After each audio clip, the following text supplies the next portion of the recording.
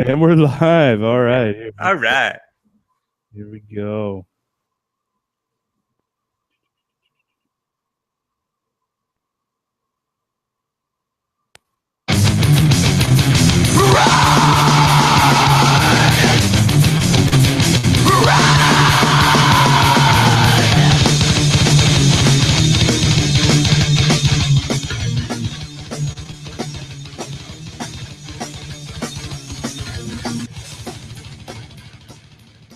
All right, and welcome to a special episode of Camp Metal. We're doing it live, bitches. Not so much special if you're just listening to it now, not After live. the fact. But right now, as I'm talking to you, we are live on the YouTubes. So YouTubes. Yeah, that's something we've kind of been dicking around with is doing our podcasts live and then also having the audio version as well to listen at your convenience on demand. And I must say, Google Hangouts completely sucks, by the way. It's cool when you can get it working, but getting to that point is a struggle sometimes. Yeah, to get it to work right is definitely no easy feat. Yeah. So we got it. We're here. We're live. That's all we can ask for. Whew. Took some doing. Every time. Okay, so so today we will be talking about the aforementioned Rumpelstiltskin Grinder debut album, Buried in the Front Yard. Not the backyard. Technically, the album's just called Buried in the Front Yard, ... But, you know, if you were a true fan and owned the compact disc on the back, it went ... not the backyard. Oh, it did finish it on the Oh, it did finish it on the back. Fun fact. much like a lot of films I've seen. Oh, God. But before we get too far into that, news, rock news, metal news. Rock news, metal news. Yeah, what do we got going on? I didn't see a whole lot that was that newsworthy. There was some big announcements in rock news, hard rock news. So what's this I keep hearing about Axl Rose and AC/DC? I'm hearing mixed things on this. Well, like it was mentioned a few weeks ago that they were potentially, it looked like they were at least practicing together or whatever. But that was quickly kind of said that it was a farce. It wasn't real. It wasn't happening. Whatever the explanation. But now, just in the last week or so, there's been more rumors that it actually will happen. That Axl Rose will be joining or leading AC/DC for at least the remainder of this tour that's been essentially postponed, while Brian Johnson doesn't go deaf. Well, yeah, Brian Johnson's ears settle for 35, 40 years of abuse. 40 years of rocking. God. But yeah, so I guess just the other day or just recently, it's been, said that it's true. That's absurd. That's so crazy, especially with Guns N' Roses just announcing that they're doing like a comeback tour. Yeah, the timing is just weird. The timing is odd. The Guns N' Roses thing, I don't really expect to last much longer than this tour run that they're doing of these like very select dates, just the big cities. I can't imagine anything's gonna come from it after this. I mean, they can't stand, like, I know Axl's just gonna piss everyone off again anyway. Yeah, it kind of seems like with him doing the whole like talk show circuit that he's trying to like have a better image and become more liked, generally speaking. But it's Axl Rose. His ego will get in the way and they'll just derail everything that they built in a year or two anyway. So yeah, but now he's got AC/DC or Axl. What is they? They're already making up like names. It's like Axl DC or something. Is what called. Just I don't know how to feel about it. I mean, I'm sure Axl Rose could do it.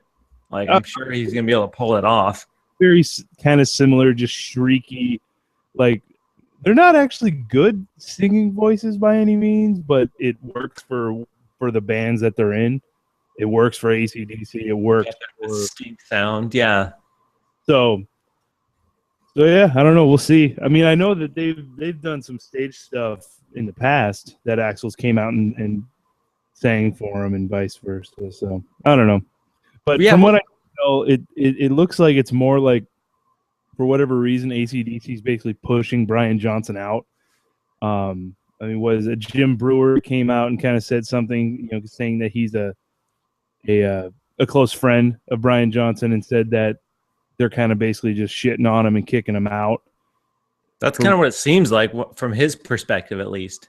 Yeah, it seems like whatever they're doing, it's kind of a dirty. They're doing it dirty, but for whatever reason, why they're kicking him out, because Brian Johnson's saying like it's not as bad as it sounds. Like, he's not literally going deaf. He's fine. And then they're like, it's like they just took the excuse and ran with it. Yeah, seriously. Like, no, bro, no, it's cool. Rest your ears up. We don't want to damage your ears. We're going to keep doing our thing. You just take care of yourself, buddy. Yeah. Oh, man, really? I'm fine. No. We insist. No, please. We're looking out for you. We already have, my brother's already, incapacitated. We don't need two, so just you do you. We'll keep on rocking.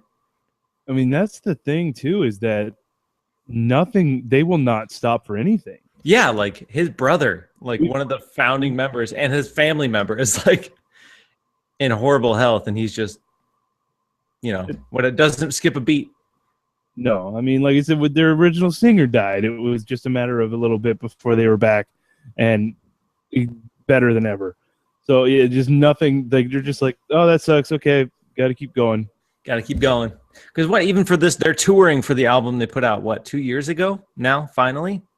Yeah. Mm-hmm. That's this tour. What was that album called? Some rock and roll shenanigans. Rock or bust. Rock or bust. That's right. It's rock or bust. Cause it's rock or bust. Come on now. Have you looked up the ticket prices for the Guns N' Roses reunion tour? No, I could already tell you what they're gonna be. Oh, it's absurd, dude. Way more than I would expect, even for shitty seats. It's like $150. Yeah, it's just not worth it.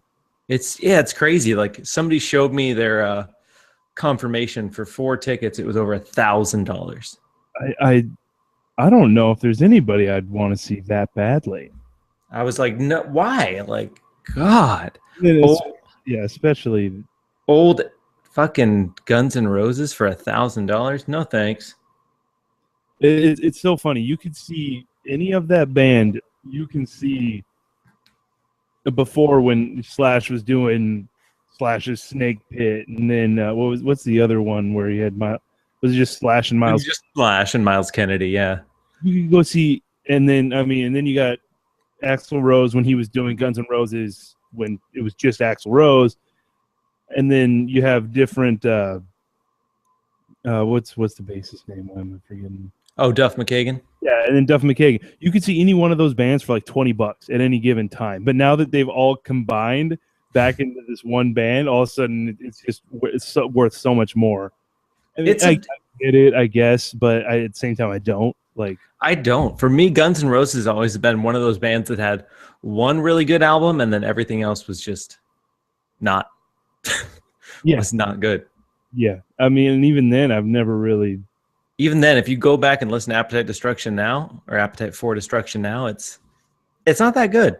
It doesn't hold up. No, it's very. It's a thing that just needs to stay where it's at. I mean, I get it. It was a big album for its time and influenced people and blah blah blah. But Jesus. But yeah, I'm not paying $1,000 to see them. No. With Axl Rose singing for AC/DC. What are the ticket prices going to be on that? I would assume it's going to be less. I assume it's because it's already a current tour that the prices are already set, I would imagine. the price is already set. There's a lot of the U.S. date because they're going to go to Europe first. Okay, they're going to Europe first. The European tour, which is already, I believe that's on track. With the Brian Johnson thing happening, they're going to keep on track with that on time, and then they're going to come back and do all the U.S. dates that they had to stop or postpone. So I mean, a lot of tickets are already paid for, at least in the U.S. So, and then I mean, I guess still in Europe as well. So yeah, I mean, I guess it really doesn't affect anything as far as ticket prices because all the tickets are already sold. Yeah, I wonder if there's gonna be a lot of reselling though of those tickets now that but Axl's on board. Mm-hmm. I mean, that's a pretty absurd thing. Like that's one thing I never would have assumed would happen ever. I didn't even know like that they knew each other. I mean, I guess obviously it's like they're two big bands, like two big bands. They know of each other, obviously, but for this to just kind of happen out of nowhere, that Axl Rose is now going to sing for AC/DC for at least this tour. It's like, oh, okay. I never would have put that together. Exactly. No, it's just such a weird thing to think about, but it's happening apparently. Unfortunately or fortunately, however you want to look at it. I mean, I want to preface the whole thing. I wanted to open up with today in news that we don't give a shit about. Axl Rose is singing for AC/DC. Like it doesn't do anything for me. I don't care. Yeah, I'm not excited. I'm shocked. Little offended, but not excited. Fuck you, Axl. Fuck you, man. Jesus. Yeah. It's odd. So brushing past that because who gives a shit. Did you see that Protest the Hero is probably going to actually release that whole Pacific Myth subscription service album? Yeah. I was actually reading about that. Is that going to piss a lot of people off who invested in the subscription thing, or what do you think about it? I don't know. It's kind of a Kanye move. It's just no. Well, I mean, it's almost a step that I saw coming. I mean, I guess like you can look at it as you got to listen to it first. You got the preset. However you want to look at it. From what I can tell, at least they didn't say anything about people that have already paid for it on the subscription service are entitled to a physical copy or not. I don't think so. I mean, they're even talking about releasing the documentary that you got with the subscription if you got the tier 2 subscription, which was like $10 more. I think it was like 22 versus 12. And so they're probably they want to release that hard copy just on Blu-ray, just that alone as well. So I can see it. It is kind of a dick move, but it's a move that I saw coming. Just, I mean, it makes sense. They're gonna financially music. Why not release it on hard copy? I don't know. I know it's just weird. Like we talked about initially with that whole thing, the whole idea of that subscription-based service was just a little strange because it's new. Not a lot of people are doing it. So for them to announce that and then after all come back to doing the physical release after pushing this progressive new idea, it just seems kind of like a slap in the face for the people who did invest early on with this idea. Well, it's like they tried something and then they took a step back and and did what was conventional anyway. I think maybe if they wanted to do this and they sold it as this new idea that they want to try, and then to not stick with it is kind of shitty. I do see that. At least maybe wait for it to finish and then after the fact, announce. Well, it just finished. I think this month was the first month that it. Oh, it's officially the campaign's run its course. Last month was the last track to release. And then it's kind of funny, they didn't even let the dust settle. As soon as the last track released, then they just announced that it's probably going to release, in a conventional manner. And Yeah, if there's there's like, oh shit, we didn't get enough subscriptions. Really, we need to release this on disc. but the thing is with the subscription service is the your overhead is so much lower. You're not worrying about Production or not worried about the overhead of physical copies of vinyl, CDs, cassettes. They're talking about releasing a small run of cassettes because that's making a comeback now. Because why? vinyls become fairly standard now that they got to keep being different. So yeah, so cassettes are making the run. With Metallica last Record Store Day. Store Day released their the demo on cassette. So I don't know. I mean, if it came with it, cool. I'm not gonna buy the CD or the album, the LP, and then buy the cassette. Exactly. Like I get it from a collector standpoint. Like there's some people who are just kind of into that thing. If it was $10, maybe I would, but I have a feeling it's still gonna be, a standard CD price of 15, 20. So I don't want one that bad. But yeah, I've been going to a lot of like local metal shows around here, and that's like the big thing. Like you go to the merch booth and people aren't selling CDs, they're selling t-shirts, and then they're selling cassettes and vinyl. Yeah, exactly. Because you got to have a gimmick with it now. I mean, physical media is almost dead. Realistically, it is literally dying. So yeah, if you want to sell physical media, if you want to try to get money for your actual music, there has to be a gimmick behind it. The influx with the vinyl, that when that made that huge comeback, that was a huge step in the right direction for at least getting money for your music. Exactly, because you can do the custom art, you can do the cool discs, so there's some sort of incentive to buying it, as opposed to a CD which you throw in your CD player and never look at, and then or you go home, download it to your computer, and then put it on your phone, and then you might as well just frisbee that thing off the freeway because you'll never see it again. Unless you're one of the archaic people that still have a CD player that doesn't have an aux cord like me. Most people, once you download it, and even now, like CDs come with the download code, which, or at least with the album, LPs come with the download code. So it's just back to the gimmick thing. Like in one way or another, they're getting money for their music, rather it be because, oh, it's the vinyl, it's cool, or it's a cassette. It's going to be interesting to see if like 10, 20 years from now, if CDs will kind of make a comeback. Like if that'll be the cool retro thing that it'll be a while, but I mean, it's always been said like the CD, the compact disc is kind of what was kind of the beginning of the end of the music industry, just because of the digital aspect of it. You talk to all the old schoolers that say that CDs just kill the sound of the music, which is true to a point. So I don't know. I feel like once it dies off, I really don't know if it'll ever come back. Yeah, I don't know. I know like the average person nowadays isn't really invested in CDs, but it's hard to say because cassettes. I never imagined those would come back.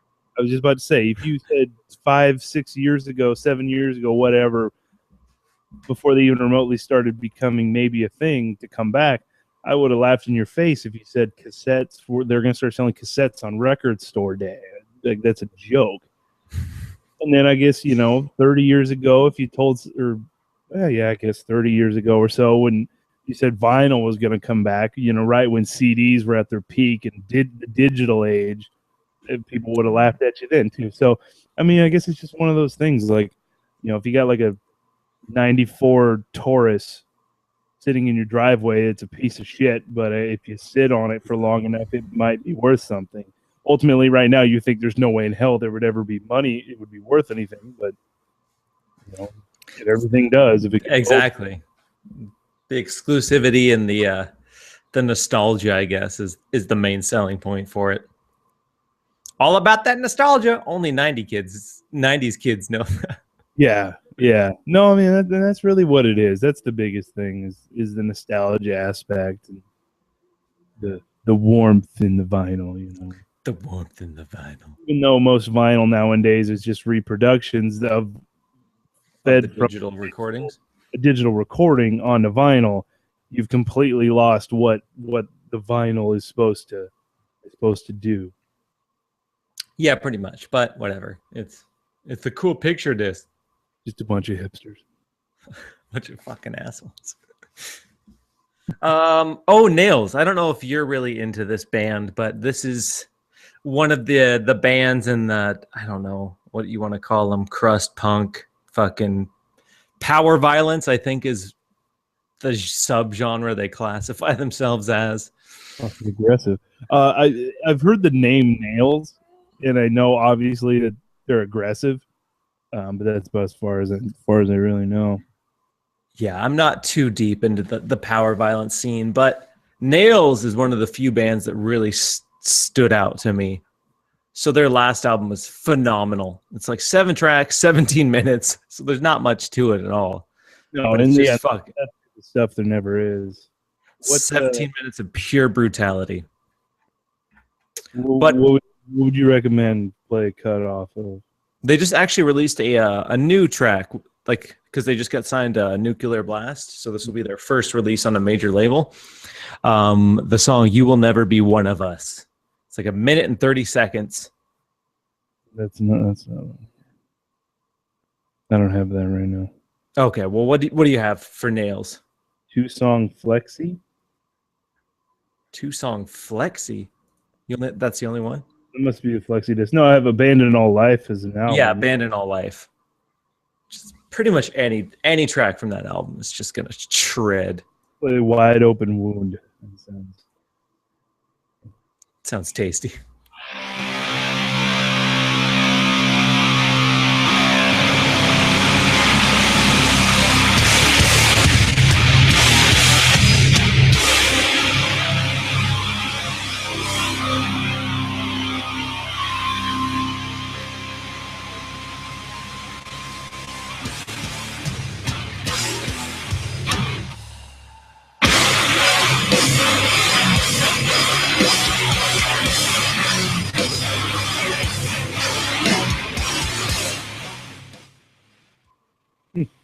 Sounds intense. Oh, it's intense. It's one of those bands that if you see live, people are just getting fucking destroyed in the pit. People are just Like, getting their demolished. People are getting their faces bashed in. Just fuck. It's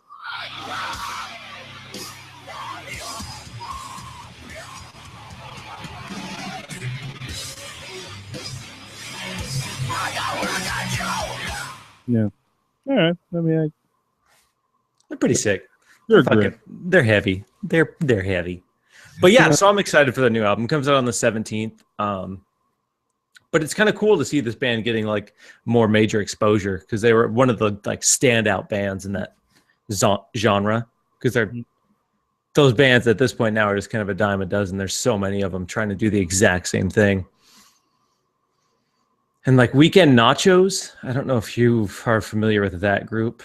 It's another band. That's another name that I've obviously heard of, and It's a horrible band name. And originally the band, honestly, like vocal wise, was horrible. Like I know some people defend their early stuff, but the dude was just fucking terrible early on. But that's another band that's kind of like made this genre explode. And some people swear by Weekend Nachos. Some people probably beat my ass for saying that, but yeah, I don't know. I've just never really been into that area of metal or heavy music, whatever. I've tried to get into it because that and doom metal right now seem to be like the two like most hardcore like cult genres, like the ones that people just follow religiously, and both of which I just cannot get into, especially doom. No, it's just too like I hate God and stuff like that. Yeah. I don't know. I just can't. I don't dislike it. It's just so slow and drony, and I get that that's the whole appeal of it, but it's boring. I get putting it on atmospherically, and I think a lot of it is I don't smoke a lot of pot. Is I think a large portion of why I don't appreciate it. Because not to be stereotypical, but the average doom metal fan is big into the marijuana. Yeah, I mean, I can totally just see it just being blazed out of your mind, just sitting on your couch with that. And then Probably cool, but yeah, as someone that is not a pothead at all, or even a pot smoker for that matter, I don't really see it. But I have friends that are into that are like really into I Hate God and stuff, and they're not potheads either. So I mean, it really depends on your stuff, what you like. Yeah, I don't like it. Yeah, I've tried. I've given it a fair shot many times, many different moods. I'm like, maybe I'm just not in the mood for this. Come back a couple weeks later, maybe I'm still not in the mood. Just I'm never in the mood for doom metal. No. But that was the only like bit of news that I really wanted to talk about. I mean, that was about it. Nothing really. Rob Zombie has a new music video. I don't know. I once again don't care. What was there something I was going to bring up? Oh, I finally watched the Lemmy documentary. Oh, did you? Finally, it's on Netflix now. So. Oh, is it? I sat down and watched that, and it's so good. That's what I hear. What's it called? Or have you not seen it? I've never seen it. No. I thought you were talking to me and you had seen it. It's called Lemmy. It's just called Lemmy. Because one of my buddies, when I was working up in Seattle, when it first came out, he watched it and he was raving about it. But yeah, no, I've never seen it. Oh no, it's so good. It's really good. It just follows him and it just kind of shows you that like everything that you thought that he was, as far as being like a down to earth guy, nice guy, just a no bullshit guy. Like it just proves it. It just shows it and just reaffirms all that. That's really cool. It's new, right? It's like 2011 ish. Yeah, exactly. It's not any older than that. I think it might be a couple of years newer than that. But yeah, it's a few years old, but not like from the 90s or something. It's fairly recent. Cool. I'll definitely have to check it out then. It's on Netflix. Totally worth it. It's over an hour and a half. I don't think it's quite 2 hours, but it's one of those. It's like it's not long enough. Like you could sit there and probably watch if it was 5 hours. You know, like the fucking Eagles documentary. How did the Eagles get a 5-hour documentary and not Lemmy? That's what I don't understand. Eagles, man, one of the biggest bands in rock and roll. Have you watched that Eagles documentary? That's like literally like 4.5 hours. As soon as I saw that it was 5 hours, I would never start it. I actually watched it because I like them a little. Yeah, it's just really long. Is it interesting? A lot of cocaine use, I imagine. And it's just a lot of, if you ever knew the backstory of Eagles, how they just always fought and thought, I'm the better one. I'm the better one. I'm the leader. I'm the leader. It's just a lot of bitching. It's a lot of like grown men acting like little kids for 4.5 hours. Okay. It sounds quite nice. Yeah, exactly. So if you got nothing to do, you can go ahead and check that out. If you have absolutely nothing going on and you want to just destroy 5.5 hours. Eagles documentary. A whole Saturday. Dude, have you seen the 30 Seconds to Mars documentary? Oh, and that's one I've been wanting to check out, but once again, it's not exactly short, so I haven't. I've seen it. It's just 2.5 hours of Jared Leto wearing different scarves. I think I remember you putting it that way to me before. It's worth watching just because it's so funny to see these guys complain about like the record industry. Well, they complain about the record industry for the whole time, and at the end they just end up signing back with Sony. Yeah, there's this big overarching story where they're like fighting the major labels and they're trying to basically put a stop to the abusive strategies they use to steal money from artists. And so they're fighting this and they're like debating whether or not they want to sign with a major label or like go independent and release their own music. And it's building, and they're doing interviews with all these people supporting the idea of doing independent music. People like Surge is in it. So it leads up like, oh yeah, you know what? It's a good idea. They should go independent. And then at the very end, they just decide, you know what? We should probably take the support of a major label. You know, it's the safe option. I'm just like, wow, cool. I just feel like that whole thing's a joke at that point. Like, why release the documentary if at the end you just sold out anyway? Like, I feel like it sounds like it's a huge slap in the face at the end when you've been watching it for 2 hours and 15 minutes. Like, they're gonna do it.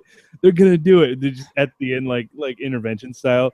30 Seconds to Mars ended up signing with Sony. Exactly. Just something really, yeah, it's super anticlimactic, and you're just like, cool, awesome. You guys have balls. Real proud of you. You made the right choice. Yeah, go figure. Jared Leto sold out. Who didn't see that one coming? Maybe he'll just stick to acting. He is a class A actor, in my opinion. Yeah, dude. No, the dude's a phenomenal actor. Kind of a douchebag, but a phenomenal actor.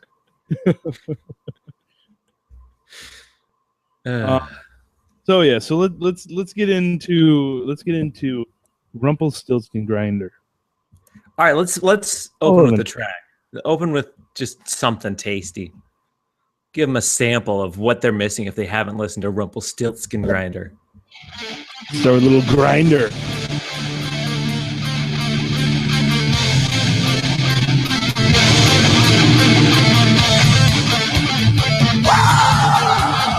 Once the grinder goes round, first rip is full. Wow, wow, 2 times the grinder goes round. I love how when he goes. Yeah, I don't know if he's trying to sound like Phil Anselmo or what, and just not quite pulling it off. But yeah, it's such a cool, terrible sound. It's a weird sound, yeah.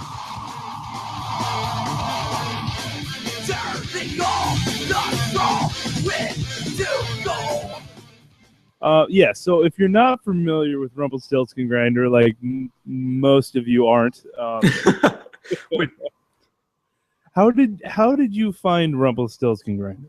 Rumpelstiltskin Grinder was one of those bands that I just kind of found at the right time in like junior high. It was back when we were all super into thrash. Like we had listened to Megadeth for years at this point, and we were kind of like branching out and finding other like not as known thrash bands. So I was just browsing through an issue of Revolver, and then I get to the very last page, the back panel, and there's a promotion for this particular album, Rumpelstiltskin Grinder, Buried in the Front Yard. And like I just saw that image of like this goofy looking like Rumpelstiltskin character like digging a grave in the front yard, saw the name, and then that was it. I went out like that weekend and bought the album. That's the one thing I love about thrash metal is that the album art, like their album art just tells you who they are so easily. Like there's just a whole genre of art. Like it just like if you look at like death albums and stuff like that, like they're all just have a similar art style, Municipal Waste, like cartoony, very vibrant colors, and it just tells you like we're ridiculous thrash by me. Yeah, exactly. It's hard to resist. And any band that has the balls to use Rumpelstiltskin in their name just deserves at least a listen. Yeah. The past week that I've been listening and researching Rumpelstiltskin Grinder, I am just completely done with trying to fuck with spelling Rumpelstiltskin. It's one of those words that it's spelled phonetically, like you spell it exactly as it sounds, but still it never looks right. It just looks terrible. Like no matter what, like I'll correct myself 5 or 6 times, and I've been right every time. But I'm like, no, that's not it. That's not it. So yeah, Rumpelstiltskin is a terrible word to spell. But Rumpelstiltskin Grinder is a fantastic band to listen to. Yeah. So I believe they're from Colorado. Yeah, they're from Colorado, which is kind of interesting because like they're from Colorado. Havoc is from Colorado. Very similar styles. I don't know if maybe Havoc was grew up watching them like in local shows or something. I don't know. It's just kind of odd that two bands with very similar styles that I haven't really seen any connection as far as band members or anything. So I don't know. It's kind of weird. It's kind of cool how that happens, where you have like basically these cities or these hubs where there's this like resurgence of one genre where all these bands are playing similar styles, and they're all kind of like inspiring and like pushing each other to like write better music. So you'll see that a lot, where a lot of like LA, obviously with thrash, like when that genre first exploded, like all the big bands are coming from LA, and it was cool to see that. And there's every few years it seems like there's some sort of pseudo resurgence of thrash music coming back. So yeah, I mean, we're definitely seeing that with that Havoc. Bands like Municipal Waste, Havoc. Yeah, so Rumpelstiltskin, much like a lot of bands in the thrash genre, just have a very distinct sound that's just unmistakable. Yeah, especially this guy's vocals, like early on. I know currently they have a different vocalist, but this vocalist on this album, his voice is very distinct. Did they change vocalists? Because I didn't think they did. It might just be for like what exists as the current Rumpelstiltskin Grinder. Yeah, I don't know. Last I saw, they haven't toured since like late 2013. It looks like they were still kind of doing local stuff and kind of regional stuff. Doing like one-off shows here and there. Yeah.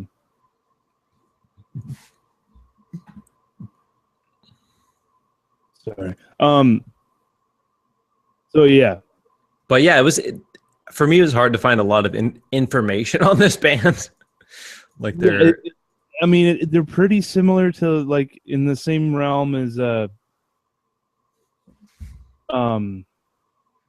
Agony Scene, where popular in they're a kind of a cult band, but didn't have enough of a following to have like a huge spread.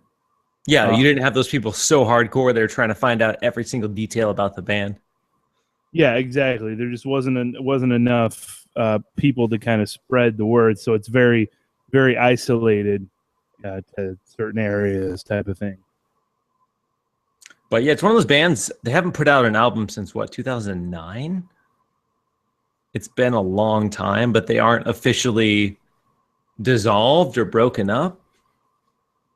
Yeah, they've never really released a statement saying like we're on hiatus or anything like that. They just kind of they just kind of went up for a little while, and then they kind of sort of just slowly kind of fallen down, and now they're just done for at least the past like 2.5, 3 years.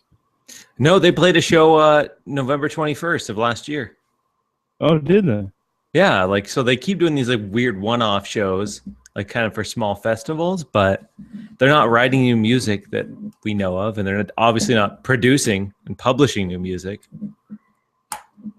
Yeah. But if you go to their Facebook page, they have like promotions and stuff for a show with like Skin Face or I don't know, some band I've never heard of. Yeah, I think it was Skinless, wasn't it? Skinless, yeah. Sounds epic. Sounds epic. Probably another ridiculous thrash band we'd be into. Yeah. Skinless. But yeah, this was one of those this is one of those bands that we definitely were obsessed with for quite a long period of time. Yeah, it was just one of those bands that it was so absurd. The name and the idea of this band was so absurd that I don't know, we just clung to it. Like, there's a song on this album called Orange and Black Attack, and we actually at the high school we all rocked orange and black bandanas, like had orange and black bandanas like hanging out of our back pockets, like representing this song and this band. And we actually got told by the school that we can't wear them because they assumed we were all part of some gang. Well, because we were like essentially like a thrash metal gang. Like we were a group of people that were wearing colors and and hung out and identified with each other. So I guess on that according to the FBI, that's technically a gang. So we weren't necessarily engaging in too much criminal activity. But yeah, definitely when you start wearing colors, they tend to frown on that. And it's kind of interesting because Rumpelstiltskin Grinder, like the Orange and Black Attack is kind of what they've sort of started embracing as like their movement. Like it's if you look at like their bio, it just talks about how like the Orange and Black Attack, we're on our way. It kind of making like some kind of weird society out of it. Yeah, so Not really fully explaining what the Orange and Black Attack is. yeah, that's one of those things I've never really understood what it is, but at the same time, I just liked the idea. But yeah, I couldn't tell you what Orange and Black Attack means or what it's about. I guess maybe if we actually read the lyrics, maybe, but from what I can tell, it's just more of like a general statement of destruction. I mean, let me look at their album art, I guess. Maybe just because their logo and like the was orange and black, that was like their color scheme. I don't. Orange and black is, you know, obviously like a Halloween is what comes to mind, and Rumpelstiltskin, they just kind of have like, they're just one of those bands that have like a horror theme, you know, a horror, Halloween, creepy, dingy. So I think it just kind of goes with that, and then they just kind of ran with it. Yeah, they just ran with that idea. I mean, this is another band where, other than this album, that's really all I like from them. They have two more, Ghostmaker and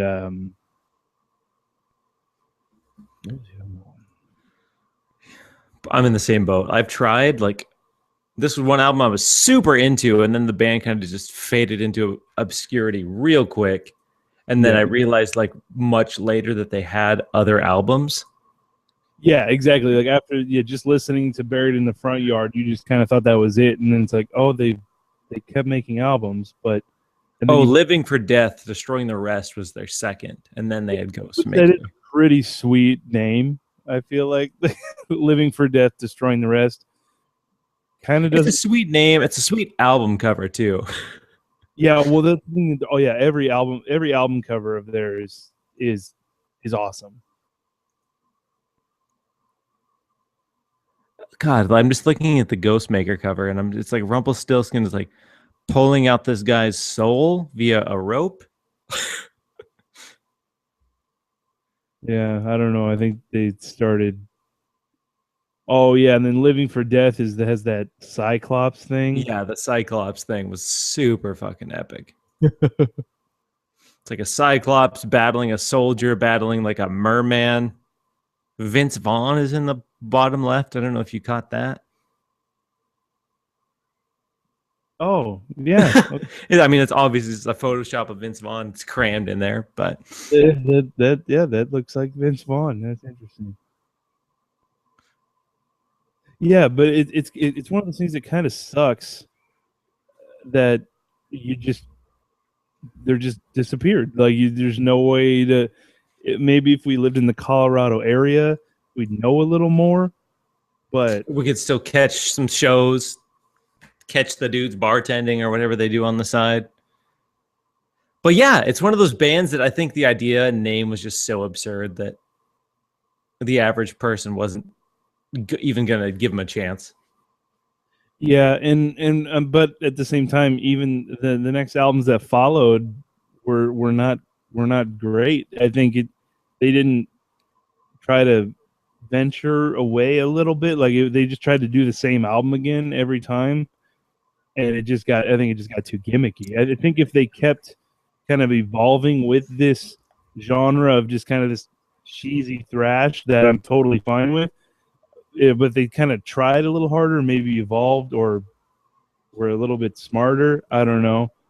Yeah, it was just one of those things where like they were writing thrash, but they weren't trying to do anything different or interesting. They were just, this has to be thrash. So here we go. Here's a riff. Here's a song. Fucking Cyclops. Fucking werewolves. Done. And then their music video for, was it Orange and Black Attack? Did they had the music video? God, you know what? I don't even know. Terrible. Let me look that up. Like, I don't even know if I've seen the music video for that. It looks like they just filmed it in their jam space.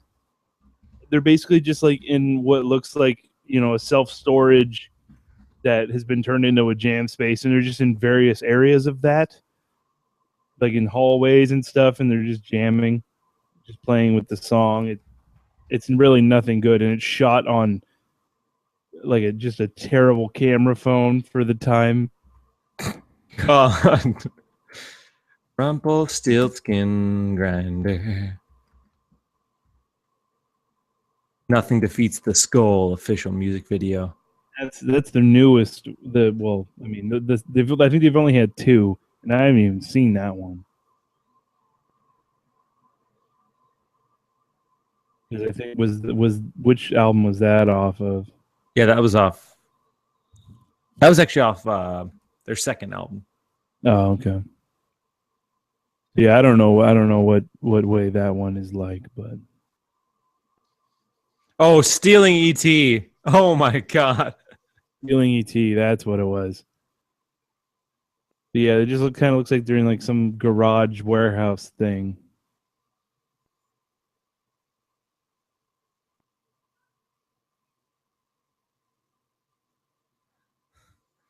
I see what you mean. Right? Doesn't it just look like it's just in a jam space? Like they were just like jamming one night practicing. They're like, you want to like, I guess, make a video of us We doing should that? make a music, dude. Let's make a fucking music video. We got a camera, dude. Come on, we got this.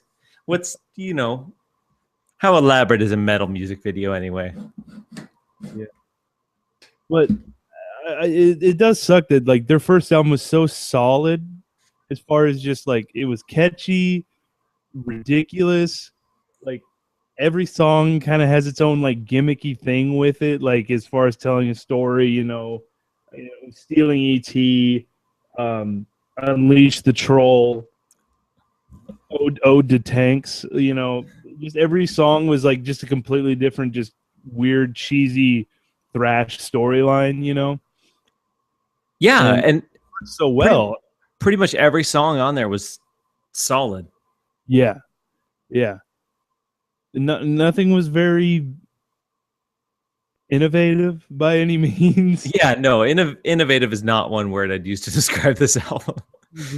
Musicianship is not great, but it doesn't have to be. But it just worked. Like their sound, it just everything worked, and it really sucks that they just kind of just bled into nothing. You keep playing the same stuff. I mean, there's so many of these thrash bands that are just kind of trying to capitalize on that, and very few make it out. Yeah, they'll have. Basically, it seems like a lot of these bands are big for like one album. It's like, oh man, check out the gimmick of this band, and then they can't keep that gimmick alive, and then you can't keep the gimmick alive without just regurgitating it. So then it just, and I mean, unfortunately, that's kind of what happened with Rumpelstiltskin Grinder. It's just such a mouthful to even say. Rumpelstiltskin. And that's kind of what's unfortunate. Like the gimmick is the only reason that I ever would have checked this band out. Yeah, but unfortunately, with the gimmick, it's hard to have staying power. Like, yeah, when you're relying so much on the gimmick, like we said, the musicianship was nothing stellar, nothing against them, but when it was a little rough. This first album was a little rough. When you don't have anything to fall back on, it's kind of hard to do a sophomore album when the whole thing was kind of the shell is what really got everyone to buy in, and then then the second album is when you come back to actually, I guess, listen to the music at that point, because you know what the gimmick is, like the look of them now. Exactly. And the second album doesn't blow your mind. It's kind of like, oh, okay, well that sucks.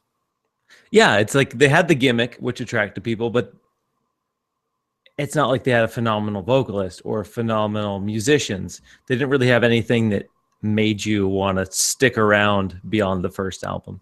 Yeah, which is unfortunate. Yeah, I mean, it's one of those things. Their look worked, like the horror, weird, dingy theme worked. But I mean, it's like a good horror movie. A sequel never does as good, So I mean, yeah, you can come up with a really cool original idea, and then eventually you're just beating that idea into the ground. trying to find some way to just milk that same original idea, but sell more copies of it. Yeah, exactly. Everyone's already bought that CD, and you're trying to do it again, basically. So what are some notable tracks for you off of this album? I mean, obviously, Stealing E.T., Orange and Black Attack, the two opening tracks are both phenomenal. Yeah. But I think my favorite track, probably if I had to choose one, would be Unleash the Troll. Such a fucking... It just the idea of the song in general is absurd, and then musically, it's one of my favorites. It's just so cheesy and corny. Stolen from me, riches, fucking sick, shadows becoming small. Find them, destroy them all.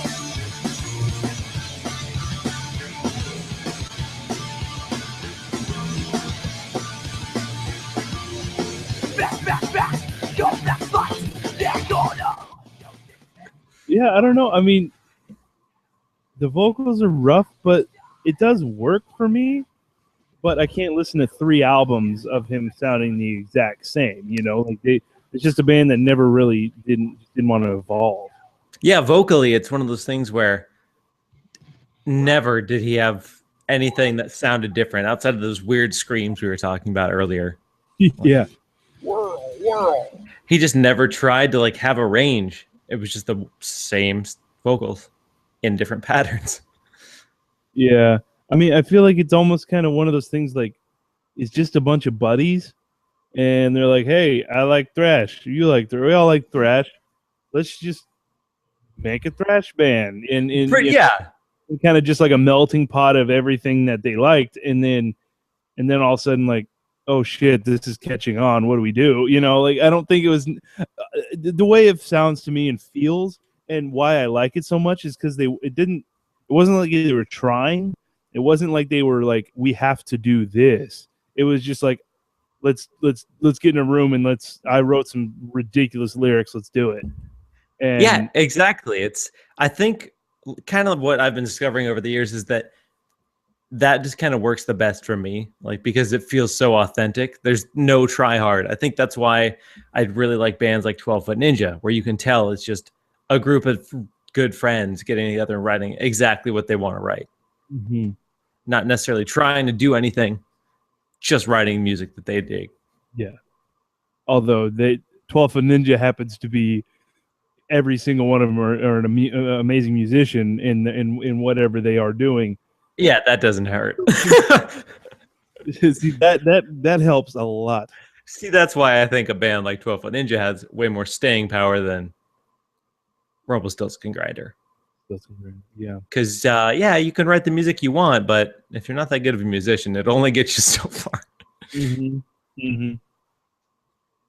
I think my favorite song on the album is probably the day Merman met, or what is it? The day Merman met Todd the Harpoon Wilson. Yeah. I feel like this was the one song where it actually like they tried to actually write a good song. Like it has progression. It has some of the best guitar work I think on the album towards the end, when it slows down and drops into like that like kind of acoustic melody part. Oh yeah, yeah. Sounds like it's really good guitar playing. Going back, your fight is rotting away. Call anyone, even call command. Figure out quick what you're gonna do next. Only the strong survive when you play. Oh, damn.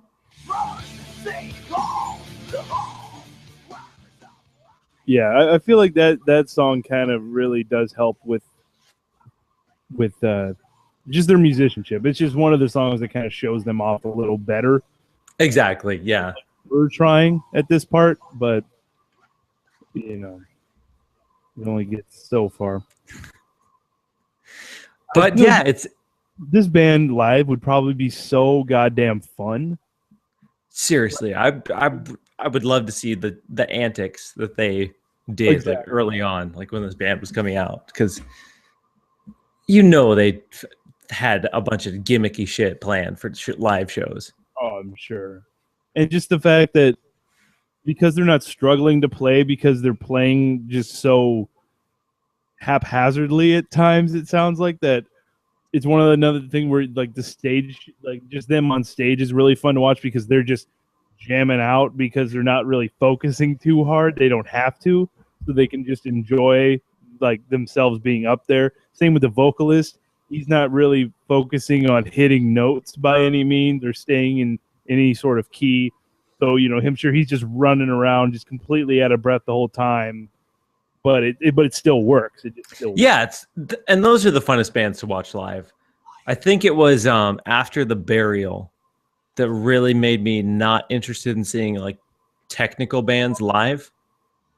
Because I remember seeing that band live and no one on stage was moving at all. Like, granted, what they're playing is really technical and it takes a lot of concentration. But when you're watching like 5 dudes on stage just hold their guitars and just kind of bob their heads, it's not interesting. Yeah, it's good music and I'll listen to it, but I don't need to see that live. Yeah, I mean, rest in peace, Justin Lowe. You never want to speak ill of the dead, but yeah, no, I can see where it's like, why are you guys even playing this stuff if it's like it doesn't look fun right now? Yeah, exactly. Like if you can't even enjoy it, you know, I mean, I guess it's one of those things like, I mean, they're playing, yeah, like you said, they're playing so intricately and so well that you do have to focus. So it's kind of like you don't want to say like, oh, you should dumb it down so you can have fun, because then that's kind of a wrong way to think about it. But yeah, I don't know. It's kind of like, okay, guys, I think you're over you're a little overkill or something. I don't know. I guess you just have to go into it with a different mindset. There's like the average metal show is more about like getting into the music and being wild. And then they're almost kind of on the opposite spectrum, like classical music, where everyone is like so focused on playing technically and playing precisely that they can't really necessarily rock out.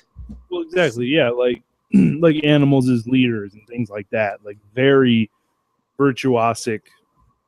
Is that how you would say I don't know if it's a word, virtuosic. But that's what I'm trying to say. I got it. I get where you're going. Yeah. It's just, yeah, it's a different aspect. It's a different, you know, just experience. It's a different experience. But yeah, for me personally, bands that go crazy are the most fun to watch. Definitely. Like we were talking about when we saw Havoc. I mean, right in line with these guys, you know, they're just thrash. They're playing something they, you know, the music they grew up on. It's just fun. They're just having a blast. You know, they're just looking like they're straight out of like 1983. and that was one of the most, like, I enjoyed myself probably the most there that I have and I can't even remember how long. Yeah, it's cool. I mean, it shows when a band is doing what they want to do. Yeah. It would be nice to like figure out what the deal is with these guys. Even like, I guess fly down to the Colorado area and try to catch a show. Yeah, because it doesn't seem like these dudes are on. I guess we could hit them up on Facebook. I don't know how often they check their Facebook, but yeah, nothing's really happening. They're not active on social media. No. I think their last tweet was in like October of 2013, and I think the Facebook post was right around there too. Yeah, so we were gonna like try to get a hold of one of the dudes for this episode to like see if they want to like get on and talk, but we saw how often they update. We're just like, I don't know. There's just no getting hold of them. So shit, I don't know. Do you have any fun tidbits that you found about this album or about the band or? No, because I mean, just like we were saying, like there's the well is very, very dry when it comes to these guys. They just don't have there's just not a lot to find, unfortunately. Yeah, I know. I did some digging and I was like, because I wanted to know if there was like a funny backstory to the name of the band or anything like that, but couldn't find it. Yeah, I know their first their first like release before Buried in the Front Yard. It was like a live recording that they called "Raped by Bears." I did find that. Thought Raped that by, sounds terrible. raped by bears. Just straight up raped by bears.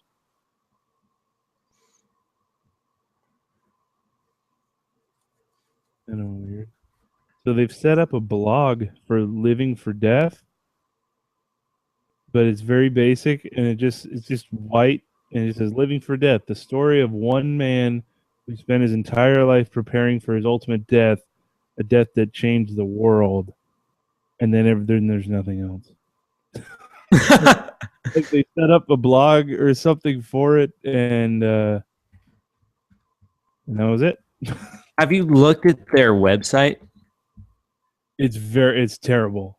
It's oh god, dude. Like I don't know how it's acceptable. Because I don't think it's been well. I mean, I don't know. I mean, it looks like the last post was in June of 2012. So But, like, that's God, not that long ago. But it's pretty bad. it's pretty bad. Oh, it's because they like didn't. I don't know. This must be like a website they made Oh, definitely. because like after the labels dropped them because this looks horrible. And it's copyright 2013 Rumpelstiltskin Grinder. Yeah, it's a new website. We are currently writing new material for our next release. We have many songs written and expect to hit the studio soon. Hope you enjoy the new site. This was in 2011. And yeah, and then nothing since then. And then 2012, they're hyping the album Ghost Maker. Yeah, So maybe that was their first like independent release. No, well, because they were signed to Candlelight Records. Oh, Candle, because they were on Relapse for their second album, which was for they them were a on- big deal. Like, Yeah, I mean, it was basically Relapse saw the first album. Like, oh, okay, we'll grab these guys, and then, yeah, they didn't do it. They didn't strike. Lightning didn't strike twice, and then, and then Candlelight Records, a Philadelphia-based. Oh, the Philadelphia. Oh, I guess they're from Philadelphia. but I mean, they have some decent bands on here. Havoc is signed to Candlelight right now. Oh, really? So is Crowbar. So yeah, I don't know. There's also a video on here, Metal Rules TV, episode 2, Rumpelstiltskin Grinder interview. On their website? Yeah, I should check that out.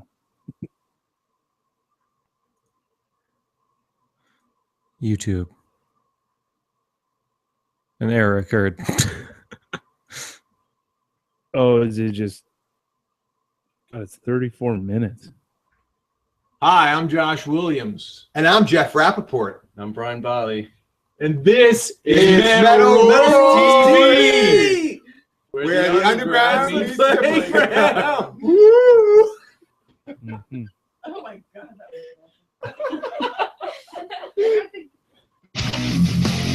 All right. All right, maybe that's something to watch. Maybe not.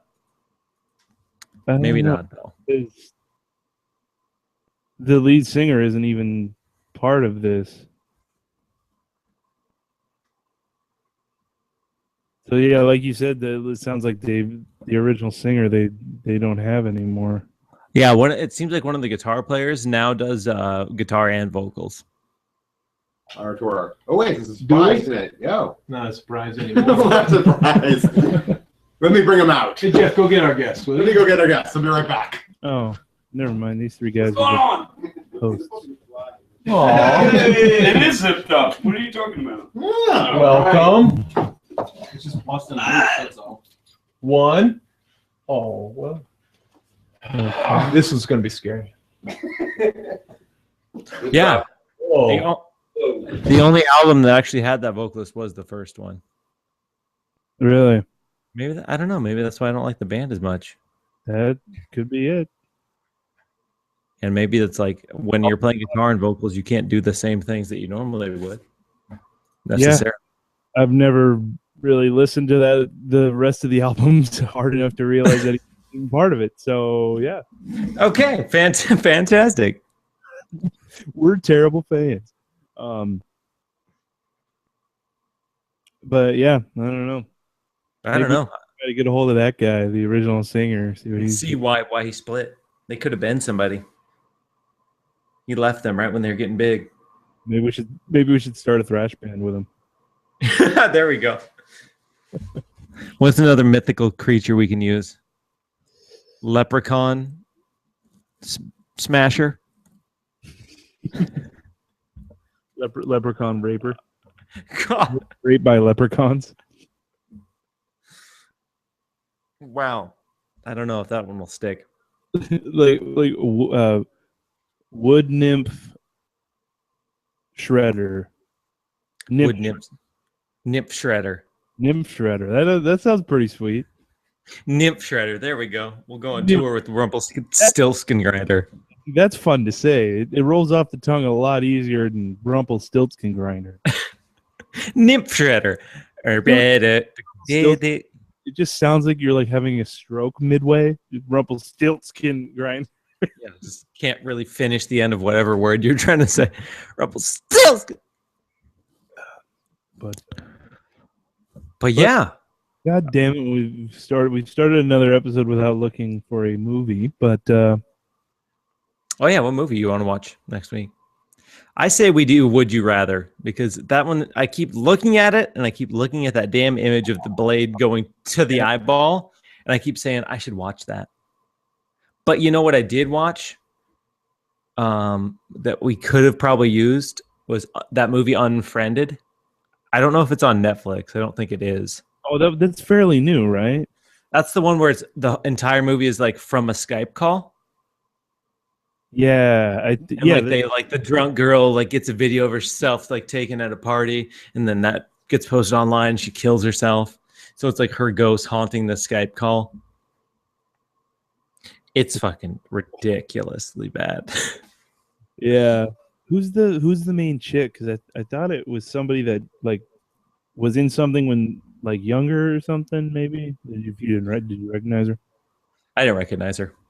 But yeah, we could do Would You Rather. That looks like it's at least relatively watchable. Yeah, I feel like it's got a budget of some kind. I don't have a feeling it's going to be a good movie by any means, and I'm sure it's going to be really campy. A poor man's Saw, probably. Yeah, it kind of seems kind of like the same thing, like some rich guy's running something where if you make it out of the game of Would You Rather, you get $1 million or something. I would assume it's probably something along those lines. Something stupid. Something just stupid. But yeah, let's do that. I think that's going to be a good one. Yeah, sounds good to me. It's always trending on Netflix too, so maybe I'll draw some attention. Oh. Cool. You got anything else before we shut this shit down, or what? No, I don't know. I think that's about it. So next week, get on Netflix, watch Would You Rather, and then we'll do that one live too. So we can talk about the movie together, huh? How's that sound? Sounds wonderful to me, Miles. And then if you aren't watching live, be sure to check out our YouTube channel, Camp Metal, and subscribe to it so you get updates when we go live. We'll be uploading various weird videos occasionally, hopefully. Hopefully, yeah, when we get random ideas for whatever we want to do. I don't know what we're going to do, but we'll do something. Yeah, and also social media stuffs. Camp Metal. Twitter, Camp Metal, SoundCloud, Camp Metal on Facebook, Camp Metal Podcast at gmail.com. If you have suggestions, blast us an email, send us some dick pics, finger blast us an email, and or dick pics, yes. We're always open to dick pics. Speak for yourself. We'll do a fan like montage of dick I was pics about to one say day. a dictage. A TikTok. Hard on. Oh, That's terrible. that's terrible. All right. Well, yes. So for Cam Metal, this is John, And this is Miles. and we'll see you next time. Take care, y'all.